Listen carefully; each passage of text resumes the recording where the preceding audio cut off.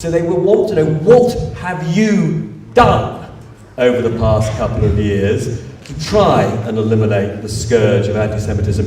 And I'm afraid I probably ought to start with you, Becky, partly because, last night on Newsnight, Emily sort of suggested you didn't do enough in the shadow cabinet, and you were on the NEC. So I do want to give you an opportunity to say, as I say, why it took so long and what you have personally done in this respect.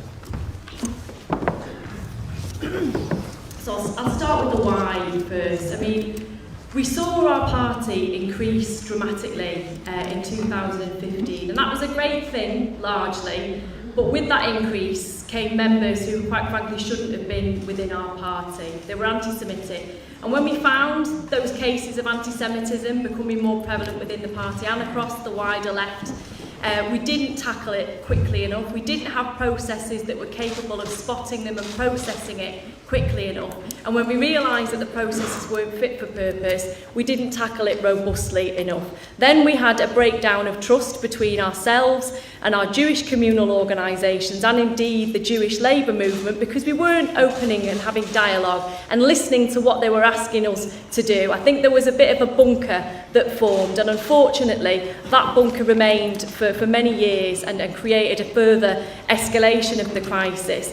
We also didn't act on those really insidious and poisonous conspiracy theories that were permeating across the left and across the movement and reaching many of our members who wouldn't class themselves as anti-Semitic. They'd be appalled if anyone thought they were anti-Semitic. But quite often they were sharing memes and Twitter things that were, calling out the actions of the Israeli government, but they were anti-Semitic, and they needed to be educated to spot those conspiracy theories and tropes. And that's why we needed a robust educational programme delivered in partnership with the Jewish labour movement. Becky, did you stand up at any point and call it out? I did, but was that enough? No, When? It wasn't.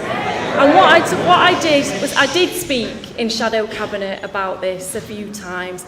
I did speak privately to a number of people within the party and called for various actions to take place, all the way through from auto expulsions to an independent process, through to feeding back the comments that had been made to me by meeting my local Jewish representatives and their anguish and angst about what was happening within the party. But did I do enough, and could I have done more? Yes. Because we're still within this crisis. And that's why, as leader, I want to set this straight and I want to do the right thing.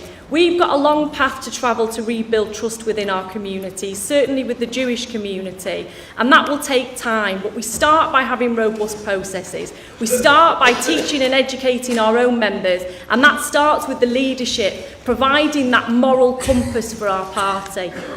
I mean, just to be clear, I don't think this was just about process. Processes were, to use a technical phrase, shit in the Labour Party over this.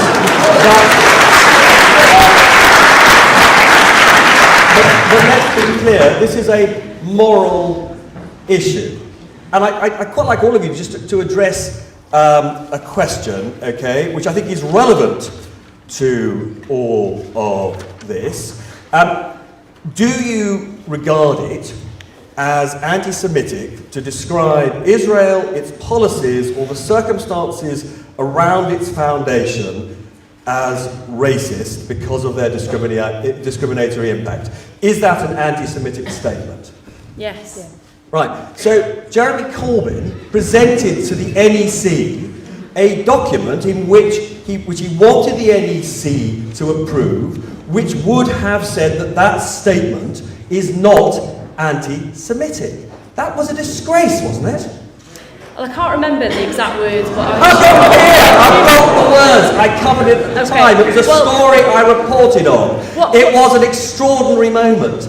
I don't understand why, since the NEC did in the end approve the document, at that point there wasn't a deeper reckoning. This was back in 2018. I don't understand why there wasn't a deeper reckoning. So I think you're referring to the code of conduct that was brought in to try and implement the IRA definition and example. It was at the time in which you were having this debate about the IHRA definition, and when people like Seamus Milne were desperately trying to prevent you from implementing it in full, and Jeremy brought to the NEC a compromise statement that most people would have said was straightforwardly anti-Semitic.